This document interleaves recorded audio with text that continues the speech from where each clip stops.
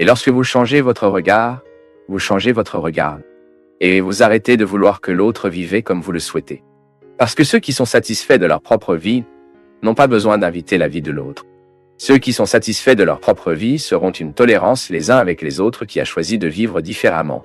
Assez de ces chrétiens ennuyeux qui méprisent tout le temps, qui ne vivent pas comme ils pensent que c'est mieux. Ni Jésus ne l'a fait. Au contraire, Jésus a accueilli les gens. Donc, tout changement qui doit se produire, qui se produit après que vous vous aimiez à nouveau.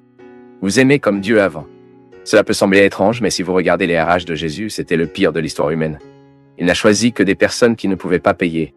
C'est la raison pour laquelle je suis là. Je ne suis pas entré dans la porte d'entrée. Je n'ai jamais été le séminariste accrédité. Je n'ai jamais été celui que quelqu'un. Ah, ce garçon sera un prêtre. Il n'y a rien. C'est juste pour étudier. Je ne suis pas entré dans la porte d'entrée. Et je m'assure que vous qui ne vous sentez pas invité à aller de l'avant non plus, restez à moi. Et que nous pouvons assister jusqu'à la fin, que ce Dieu ne nous abandonne pas. Pour moi, pour vous, que nos besoins sont vraiment les mêmes. Et certains d'entre eux, juste au fil du temps, nous le découvrirons. Il y a des choses qui ne servent à rien de comprendre le moment où vous n'êtes pas prêt à comprendre cela. La plus grande richesse que nous puissions avoir dans la vie est d'aimer et d'être aimé. Mais parfois, nous prenons le temps de le découvrir. Nous nous trompons. Nous pensons que la plus grande richesse que nous puissions avoir est dans ce que la journée trouve. Et nous passons souvent un bon moment de nos vies à le croire, y compris l'investir. Et ce n'est pas un problème que vous travaillez sur cet esprit, que vous construisez vos rêves, que vous fassiez tout pour avoir la ressource financière pour bien vivre et vivre heureusement. Mais n'oubliez jamais que le temps arrivera à votre vie, que vous comprendrez que la vraie richesse n'est pas l'argent qui peut vous apporter certaines choses que l'argent achète, mais ce qui soutient vraiment un être humain debout, sans crainte de faire des erreurs, n'est pas l'argent qui l'apporte. Et vous devez avoir ces deux choses autour. Vivre pour obtenir ce que l'argent achète n'est pas un problème. Je le répète. Travaillez beaucoup, étudiez beaucoup, extrayez vos possibilités autant que possible. Car ils peuvent apporter beaucoup de richesses matérielles. Ce n'est pas un problème que vous grandissez. Mais n'oubliez jamais les richesses qui vous feront sentir que la vie en valait la peine. Ce ne sera pas votre compte bancaire. Ce ne sera pas les bâtiments, les maisons, ce que vous avez fait. Il n'y a rien de plus beau que ça. Et que vous regardez sur le côté et que vous réalisez que votre vie a une énorme richesse que vous avez pris le temps de réaliser. Et cet amour n'est pas un investissement graphique pour la journée. Il n'y a rien de plus riche, les gars, que vous faites confiance à quelqu'un. Il n'y a rien de plus précieux que d'être avec une personne en qui vous pouvez faire confiance. Il n'est pas dénué de sens que dans notre maison. Notre maison, c'est l'apprentissage de l'amour. Il n'y a pas d'autre endroit pour nous pour vivre cela. Depuis quand vous êtes entrés dans ce monde, quelqu'un a dû vous aimer très radicalement. Sinon, vous ne survivriez pas. Les premières phases de la vie que nous dépendons entièrement de ceux qui nous aiment. Et c'est comme ça que nous apprenons, ce n'est pas la lecture des livres. Aimer que nous apprenons en aimant. Exercice. Et c'est ainsi que nous construisons la richesse que l'argent n'achète pas. Et que vous pourriez même avoir la possibilité d'acheter de bonnes entreprises. Ayez juste de l'argent. Organisez juste une fête. Il suffit de libérer, et vous serez toujours entouré de gens. Mais ne vous inquiétez pas, votre argent peut acheter une nouvelle, mais vous ne pourrez jamais acheter de la fidélité. La fidélité n'est pas l'argent doré, c'est le cœur. Et le désir du fond de mon cœur est que vous travaillez avec. Puissiez-vous avoir de nombreuses possibilités de réaliser vos rêves. Ceux qui peuvent acheter. Mais je souhaite. Et le désir du fond de mon cœur est que vous êtes entouré de gens qui vous aiment. Parce que ce qui rend la vie en vaut la peine, ce sont les gens que nous construisons à nos côtés. Ce sont des symboles que vous savez dureront toutes nos vies. Autant que nous savons que l'autre mourra, que l'autre disparaîtra, que l'autre partira. Mais pendant qu'il est ici, notre livre, pour lui nos uniformes. Significatif, insatiable. Vous êtes la fin de tout, après avoir dû regarder la vie que vous avez choisie pour vivre. Et vous êtes acquitté par la certitude que vous avez construit ce qui compte vraiment. La mort. Je perds l'occasion de rendre heureux qui est à mes côtés. Nous ne faisons que la première partie de nos devoirs à cause de la paresse. Je me souviens que quand j'étais un garçon, j'avais l'habitude de m'arrêter sur la deuxième question de devoir et j'ai dit comme ça, maintenant je jouerai, puis je termine. Il n'a jamais pris fin. L'autre jour, terrifié, avec un visage de poil, ne sachant pas comment dire au professeur qu'il n'avait pas fait tout le devoir. Dans le christianisme, parfois nous sommes comme ça, parce que parfois nous le sommes, Nous faisons le maintien de l'erreur de l'autre. Parfois, nous sommes responsables de ne pas changer l'autre. Et parce que nous ne nous positionnons pas dans la bonne façon. C'est ce dont je parle. Lorsque nous sommes vus dans notre intimité, il y a notre vérité personnelle. C'est là que nous devons identifier ce que les hypocrisies nous privent d'être cet ami où rien n'échappe aux remerciations de la conscience. Cet ami personnel où vous passerez votre vie quotidiennement. Suis-je négligent? Suis-je en train de ne pas rechercher cette pierre précieuse? Est-ce que j'insiste pour garder ce que j'ai déjà réalisé? Est-ce que je n'ose pas aller plus loin? Et les slogans de Jésus à ceux qui l'ont écouté, c'est précisément pour commencer les masses. Soyez-vous. Ne laissez pas l'hypocrisie religieuse dominer votre cœur. Parce que si l'hypocrisie religieuse domine, d'autres hypocrisies humaines viendront également. Par conséquent, mon peuple, que je crois que la vraie foi, que nous exprimons souvent dans les livres, les catéchèses, les doctrines, cette foi, elle doit atteindre nos cœurs, doit atteindre notre esprit. Sinon, il y a une reproduction de discours qui ne nous nourrit plus. Des convictions qui n'ont pas atteint la racine de notre comportement, qui n'a pas atteint la structure de nos vies. Nous savons que personne n'est libre d'hypocrisie. C'est une vigilance constante, non? J'identifie le mien, vous identifiez le vôtre. Et il est intéressant que plus nous grandissons, à l'échéance, plus le désir de minimiser le pouvoir de l'incohérence en nous est grand. Quand je parle d'hypocrisie, je parle des incohérences personnelles que nous nourrissons en nous et qui protègent avec les carcasses d'apparence. C'est toujours comme ça. Peut-être pour les peurs, non? Parfois, pour me cacher d'un péché que je commette, moi je me passe en revue du moralisme et je ferai ce discours euphonique contre toutes les réalités que je pratique au fond. Et je serai absolument intolérant avec tous ceux qui commettent ce péché que dans ma cachette que je commette. Je l'ai donc crié dans les carrés et je serai absolument contre les gens qui pratiquent ce qui, dans ma solitude, je pratique. Nous descendons la route jusqu'à ce qu'ils deviennent. Nous sommes le combat, nous sommes la route. Je me tourne, j'ajouterai à mon expérience tout ce que je collectionne sur la route. C'est ce qui devient plus heureux, mon peuple. Pas ce bonheur utopique des films, des feuilletons, des contes de fées, où tout le monde est heureux pour toujours. Qui n'existe pas. Maintenant, j'ai la possibilité de décorer dans la structure de ma réalité les raisons pour que je sois heureux aujourd'hui. Parce que c'est ce que Dieu veut. Hypocrite, vous êtes tirés des tombes à l'extérieur. Ils sont beaux, mais à l'intérieur ils sont pleins d'os, de cadavres et de tout pourrir. Parfois nous faisons cela. À l'intérieur nous sommes aussi énervés de pourriture et à l'extérieur une jolie tombe polie et fleurie. Nous savons que cela ne nourrit personne. Et j'aime particulièrement utiliser le terme beaucoup plus qu'heureux. J'ai besoin de m'accomplir en tant que personne. Je pense que le mot accomplissement, il inspire un peu plus que le bonheur. Je suis un homme accompli. Même ayant des problèmes, je suis au bon endroit. Faire la bonne chose. C'est pourquoi je vais bien dormir. Je serai donc satisfait des difficultés auxquelles je dois affronter, parce que la difficulté que tout le monde a, ce n'est pas dans votre travail que cela a plus de difficultés. Non, non. Vous pourrez même vous tromper au début en pensant que vous avez plus de problèmes que moi. Chacun a son montant. Et si nous avons l'honnêteté à dire, nous constaterons que nous avons des problèmes très similaires. Peut-être à un moment de votre vie où vous êtes si libre, si libre, si libre, et puis nous serons insupportables à la convivialité, non? Allez non, merci. Pourquoi? Parce que je ne veux pas. Je ne perdrai pas mon temps avec ça plus ça. J'ai trouvé que la vie est trop courte pour que je perde du temps sur les engagements que je sais que je ne veux pas. Ils ne font pas partie de mes choix. Parce que plus vous voulez cacher une réalité, plus elle vous opprime. C'est comme si vous vouliez cacher le bateau dans votre main. Plus vous vous entraînez pour essayer de vous cacher, plus il fuira vos doigts. Les réalités psychiques et émotionnelles qui nous opposent et qui nous conduisent à l'hypocrisie, que nous n'avons pas le courage de les assumer, nous n'avons pas le courage de travailler sur nous. Ils sont comme cette argile que nous essayons de serrer. Parfois, vous avez cette personne moraliste c'est cette incohérence entre la vie vécue et la vie expérimentée. Désolé, en théorie, la pratique de la théorie. Cette vie sociale intense que nous avons, comme Aziza l'a dit la semaine dernière dans le programme, donnez-moi votre téléphone, votre numéro de téléphone. Non, non, mon téléphone portable est destiné au contact personnel, a-t-elle déclaré. La personne prend cette peur. Établir les limites de notre territoire. Nous atteignons une liberté intérieure qui nous provoque alors un détachement. C'est ainsi que Dieu veut nous, mon peuple. Vie parfaite. Nous n'avons pas. Communauté parfaite. Nous n'avons pas. Mais nous pouvons être un bon prospecteur. Et même être entouré de gens hypocrites, ou même nous sommes l'hypocrite de l'histoire. Même s'ils sont entourés d'un moyen qui nous stimule tout le temps à la recherche de cette vérité. Même si nous sommes emmêlés dans l'hypocrisie, le mensonge, nous pouvons briser ce cycle. Nous pouvons faire une différence. Nous pouvons coller nos ongles dans la réalité et rechercher ce contentement, cette satisfaction d'être qui nous sommes. C'est pourquoi nous ne pouvons à aucun moment, si nous voulons vraiment être un religieux, avec toute la force de cette parole, d'être relégués à Dieu et au monde naturellement, et aux gens qui nous entourent.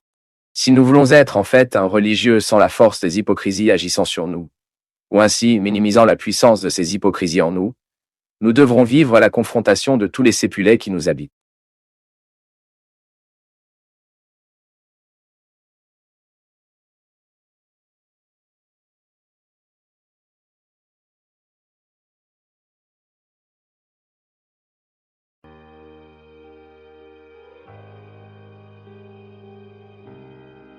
Oubliez les enfants qui ont été. Oubliez la vie personnelle. Le mariage se termine. Combien de fois vous avez, en raison de la perte d'enfants, vous finissez par avoir la violation du lien de mariage, en raison de la manière différente d'interpréter la perte. La façon dont la femme interprète la perte de son enfant est souvent différente de son mari.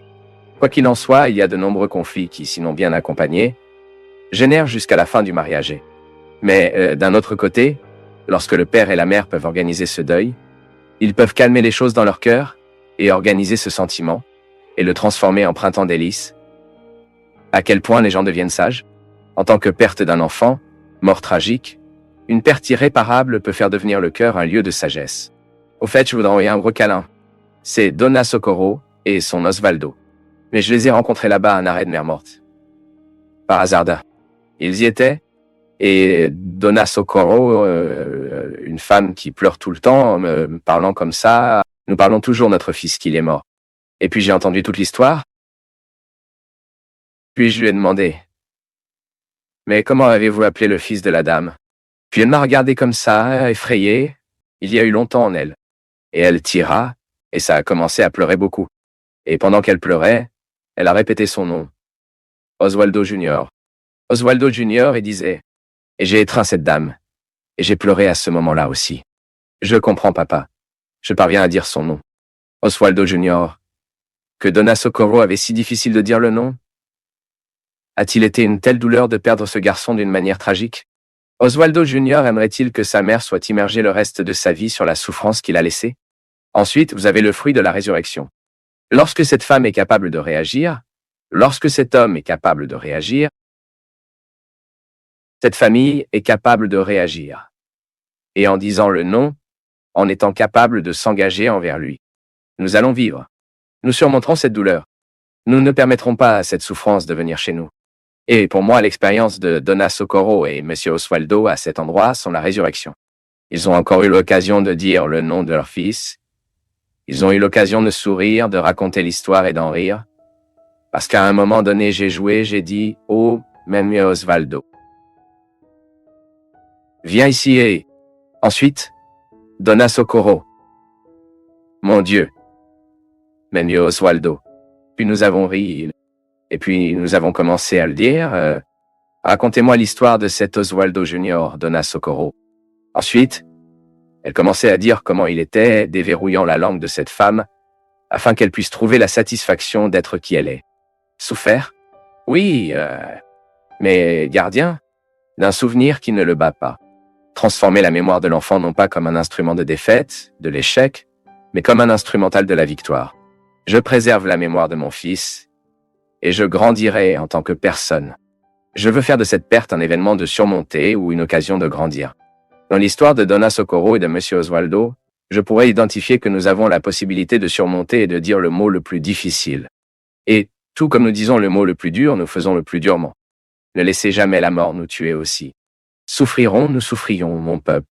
Mais je crois que, dans la souffrance, il faut naître insurmonté. À partir d'aujourd'hui, il aura l'autorité sur ses démons, sur sa haine, sur son ressentiment.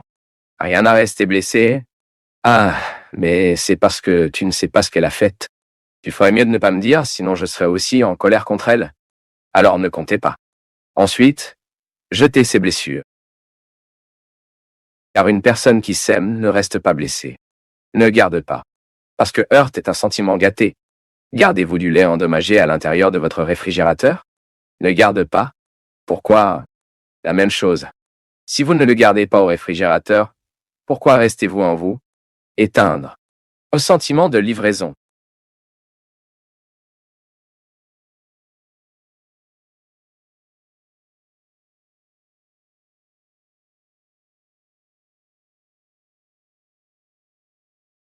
Merci à vous qui êtes connectés avec nous, vous qui nous donnez l'occasion d'entrer dans votre maison, votre vie, avec l'occasion de vous parler aujourd'hui. De temps en temps, nous avons tous besoin de refléter nos vies, de réfléchir à ce que nous vivons et à ce que Dieu veut que nous vivions.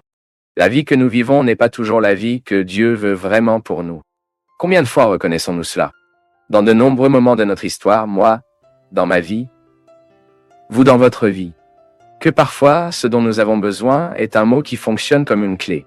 Une clé qui ouvre les portes qui nous permettent d'accéder à nos besoins. Parce que parfois, le besoin suscitera une attitude. Ce qui est précisément le moment où nous faisons notre partie du miracle. Comme dans le mariage de Cana. Les serviteurs ont dû présenter l'étal de l'eau pour que Jésus se transforme en vin. Moi, quand je déplace mes besoins, je remplisse l'eau sculptée parce que je prends conscience de ce dont j'ai vraiment besoin, pas de ce que je veux. Intéressant cela, n'est-ce pas? Il ne suffit pas de se battre. Il doit combattre la bonne façon. Car parfois les choses tournent mal dans nos vies. Précisément parce que nous nous battons mal. Nous faisons le mouvement contraire de ce que nous devons faire pour atteindre ce résultat que nous attendons tant. Équivaut à étudier mal. Tout le monde a peut-être entendu cela, non? Cela ne suffit pas pour étudier. Vous devez étudier la bonne façon.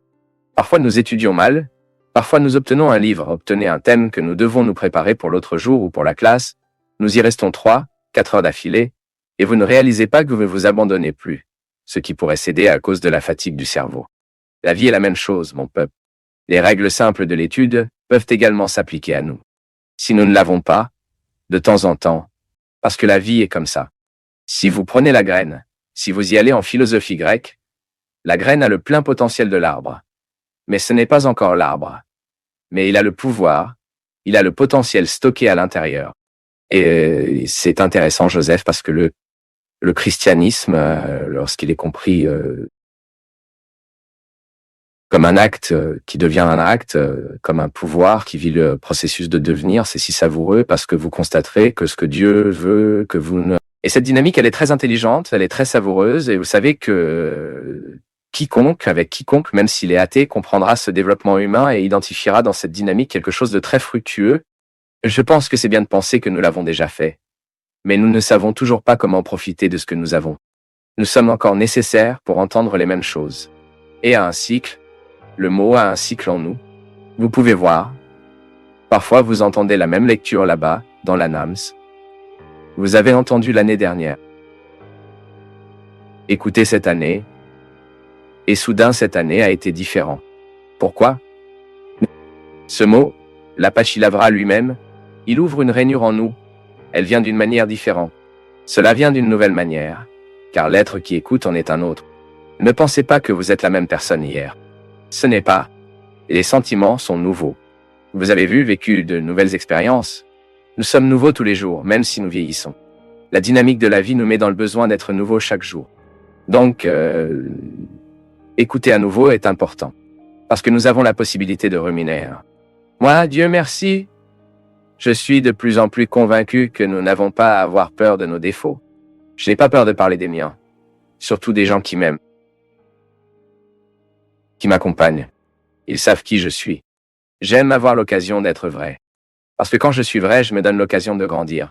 Si je me mente, si je mens à ceux qui sont avec moi et qui pourraient me donner une opportunité de croissance, je néglige l'opportunité d'être meilleur. Mais c'est tellement intéressant que nous n'avons pas besoin d'entendre beaucoup de nouvelles choses. Parfois, nous avons besoin d'entendre la même chose, mais d'une nouvelle manière. Il ne change pas ce qu'il dit, mais modifie la façon dont nous entendons. Je vous ai peut-être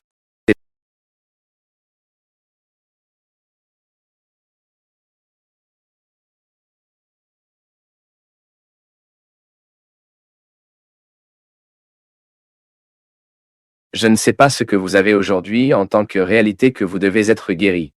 Ce que je sais, c'est que nous devons tous toujours être guéris. Nous ne sommes pas toujours en mesure de gérer ce que nous avons vécu et le résultat de ce que nous ne pouvions pas vivre dans le format de culpabilité, de remords, de culpabilité paralysant et suspect. Parfois les nombreuses trahisons que nous avons déjà vécues pour faire de l'amour discréditent aujourd'hui, donc de nombreux domaines de notre vie doivent être guéris. Nous devons guérir notre relation avec Dieu, notre relation avec les gens avec nous. Combien d'entre nous ici ont besoin de la bénédiction de la réconciliation, de l'auto-amour, croyant que Dieu croit en nous? Je dis toujours, il est si facile pour nous de professer la foi, je crois en Dieu, mais il est si difficile de dire, je crois que Dieu croit en moi. Que mon mépris pour moi soit si grand, je suis tellement incapable de reconnaître mes vertus. Et quand je reconnais si vain. Si peu sûr que la vanité est une insécurité. Se reconnaître ainsi fragile, pécheur, mais extrêmement aimé de Dieu. Donc vous, en fin de compte, quand tout semble difficile, désespérément perdu, j'ai besoin de retirer de moi cette force que Dieu a placée. Que Dieu a insisté pour que ce soit le mien. Que parfois le diable veut négocier pour être le sien. Non! Cette force que Dieu a placée en moi, seul Dieu aura le commandement. Et c'est comme ça que je le veux. Et quand j'ai besoin de dépasser les territoires de la solitude, de la tristesse, de l'angoisse, oui, je tiens à tenir les mains de ceux qui m'aiment et je sais qui me prendra. Et le plus beau, disant que moi, je dis que celui qui me prend est Dieu, car il n'y a pas de différence entre Fabio et Dieu. Nous sommes ensemble, nous sommes en communion, nous sommes rassemblés de manière emblématique, tout comme vous pouvez dire la même chose. Lorsque vous regardez dans le miroir, vous voyez un visage unique que Dieu voulait avoir dans le monde. Le vôtre. Lorsque vous regardez dans le miroir, vous voyez le visage de Dieu reflété dans le vôtre. Car il aurait pu créer 1 million de personnes. Et il a créé, mais il a tenu à vous créer aussi. Alors réveiller la force divine qui nous habite, c'est se rappeler que chaque jour, je crois en la providence divine, mais je regarde les deux côtés de la rue avant de le traverser. Et autant que je crois que Dieu est ici à mes côtés, faisant et refait, il ne peut faire que si je le fais. Il ne peut marcher que si je marche, parce qu'il voulait être en moi. Et étant en moi, il dépend de ma volonté, de mon désir. C'est pourquoi j'ai besoin de renforcer ma volonté et mon désir, afin que je ne stagne jamais que je pensais déjà à moi. Dieu peut beaucoup en moi, Dieu peut beaucoup en vous, mais parfois nous sommes oubliés. J'écoute tout le temps, le Père prie pour moi, votre prière est plus puissante, que ma prière est plus puissante, rien Tom. Prenez possession de votre force, vous êtes plus proche de Dieu. Vous ne savez rien, innocent. Nous sommes trop dépréciés, n'est-ce pas? Combien de fois avez-vous comparé votre foi aux autres, et vous ne vous avez rien trouvé? Pour l'amour de Dieu, Dieu vous gémit. Cela a laissé une énorme capacité, car elle ne s'est pas encore réveillée, elle ne s'est pas encore réveillée. Tu mourras comme ça, ne sachant pas qui Dieu t'a fait. Non, chaque fois que la bataille arrive, continue. Chaque fois que les difficultés viennent, continuez. C'était la parole de Moïse au peuple désespéré quand ils étaient tous avant la mer Rouge. La cavalerie du Pharaon écoulant, arrivant déjà. Et le peuple demande Moïse, que nous dit Dieu maintenant? Moïse est terrifié, qui ne le savait pas non plus, se rassemble un peu la seule avec le Seigneur. Et qu'entend-il parler de lui? Dit,